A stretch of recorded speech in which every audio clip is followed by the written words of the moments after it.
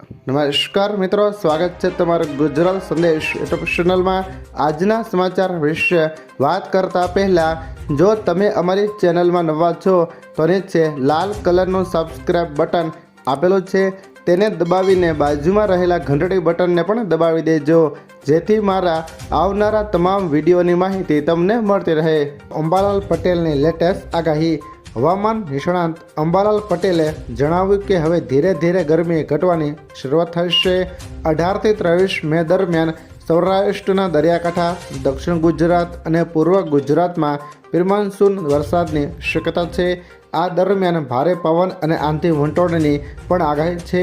તેમણે વધુમાં કહ્યું કે 1 થી 4 જૂન અને 8 થી 15 જૂન વચ્ચે વરસાદ રહેવાની સંભાવના છે, જ્યારે 23 થી 28 જૂનમાં કેટલાક વિસ્તારોમાં ભારે વરસાદ પડી શકે છે। ત્યાર પછીના સમાચાર વિશે વાત કરીએ તો લોકોને બપોરે બહાર ન નીકળવાની સલાહ। દિલ્હી, ઉત્તર પ્રદેશ, રાજસ્થાન, મધ્યપ્રદેશ, બિહાર સહિત અનેક રાજ્યોમાં તીવ્ર ગરમી અને લૂનો સામનો કરવો પડી રહ્યો છે। દિલ્હીમાં તાપમાન 41 ડિગ્રી સુધી પહોંચવાની આગાહી છે, જ્યારે રાજસ્થાનના કેટલાક વિસ્તારોમાં 45 ડિગ્રીથી વધુ તાપમાન નોંધાયું છે। હવામાન વિભાગે કેટલાક વિસ્તારોમાં વરસાદ, વાવાઝોડા અને 70 કિમી કલાકની ઝડપે પવનનું એલર્ટ જાહેર કર્યું છે। લોકોને બપોરે બહાર ન નીકળવાની સલાહ આપવામાં આવી છે। ત્યાર પછીના સમાચાર વિશે વાત કરીએ તો વીજળીના કડાકા ભડાકા સાથે આફત। IMD દ્વારા દેશના અનેક રાજ્યો માટે એલર્ટ જાહેર કર્યું છે। બિહાર, ઝારખંડ, પશ્ચિમ બંગાળ, સિક્કિમ અને ઓડિશામાં આગામી સમયમાં ગર્જના સાથે વરસાદ, વીજળીના કડાકા અને તેમજ પવન ફૂંકાવાની સંભાવના છે। ખાસ કરીને બિહારમાં 50 થી 70 કિમી પ્રતિ કલાકની ઝડપે ભારે પવન ફૂંકાશે, જેથી લોકોને સતર્ક રહેવા જણાવાયું છે।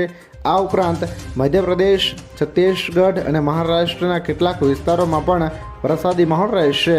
ત્યાર પછીના સમાચાર વિશે વાત કરીએ તો પેટ્રોલ ડીઝલને લઈને બ્રેકિંગ ન્યૂઝ।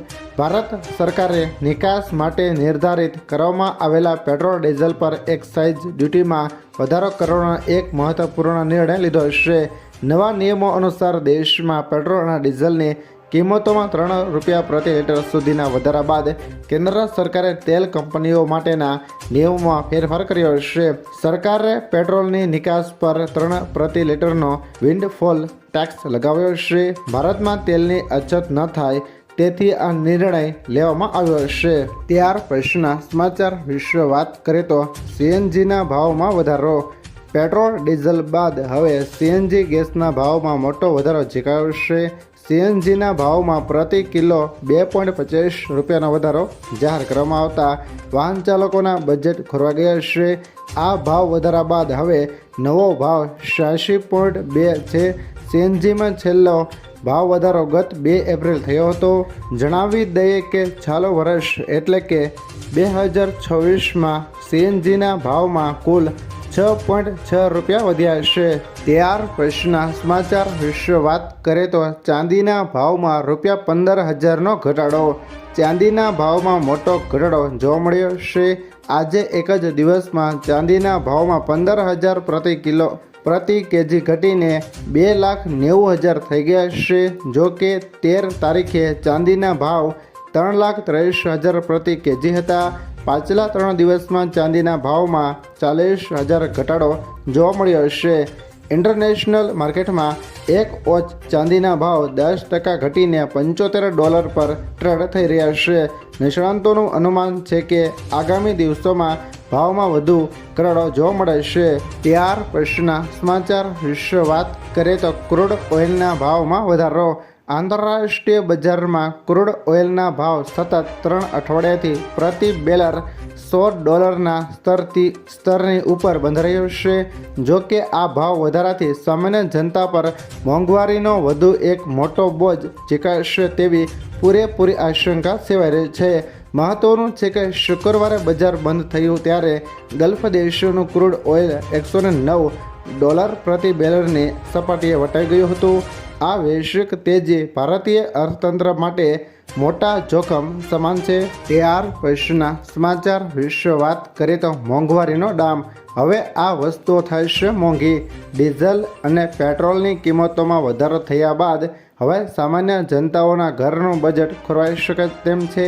ઈંધણના ભાવ વધારાને કારણે પરિવહન ખર્ચ વધશે, જેની સીધી અસર રોજિંદી જીવન જરૂરી વસ્તુઓ પર પડશે। આગામી દિવસોમાં પેકેજ, ક્રૂડ, દૂધ, શાકભાજી, ફળો અને કરિયાણાના ભાવમાં મોટો વધારો થવાની સંભાવના છે। આ ઉપરાંત કૃષિ ખર્ચ, ઓનલાઈન ડિલિવરી અને ઈ કોમર્સ સેવાઓ પણ મોંઘી થશે।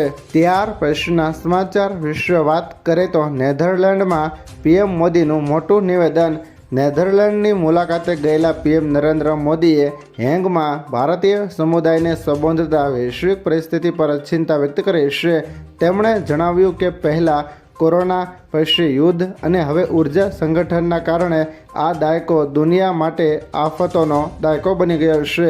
જો વૈશ્વિક પરિસ્થિતિઓમાં વહેલી તકે સુધારો નહીં થાય તો અનેક દાયકાઓની મહેનત પર પાણી ફરી વળશે અને વિશ્વની મોટી વસ્તી ગરીબી તરફ ધકેલાઈ જશે। ત્યાર પછીના સમાચાર વિશે વાત કરીએ તો ભીષણ ટ્રેન અકસ્માત, અનેક લોકોના મોત। થાઇલેન્ડની રાજધાની બેંકોકમાં એક કાળજુ કપાવનારું ટ્રેન અકસ્માત સર્જાયો છે। અહીં એક રેલવે ક્રોસિંગ પર વાહનોની લાઇનમાં ઊભેલી પબ્લિક બસને માલગાડીએ જોરદાર ટક્કર મારી હતી। આ ભયાનક દુર્ઘટનામાં 8 લોકોના કમકમાટિયા ભર્યા મોત થયા છે, જ્યારે 25થી વધુ લોકો ગંભીર રીતે ઘાયલ થયા છે। મીડિયા રિપોર્ટ્સ અનુસાર આ અકસ્માત બપોર પછી એરપોર્ટ રેલ લિંક સ્ટેશનની નજીક સર્જાયો હતો। ત્યાર પછીના સમાચાર વિશે વાત કરીએ તો ભારતીય રેલવે લોગોમાં મોટો બદલાવ। ભારતીય રેલવેએ પોતાના સત્તાવાર લોગોમાં મોટો ફેરફાર કરવાનો નિર્ણય કર્યો છે। હવે રેલવેના લોગોમાં 17ને બદલે 18 સિતારાઓ જોવા મળે છે। દેશના 18માં રેલવે ઝોન સાઉથ કોસ્ટ રેલવેની સ્થાપના બાદ આ ફેરફાર કરવામાં આવી રહ્યો છે।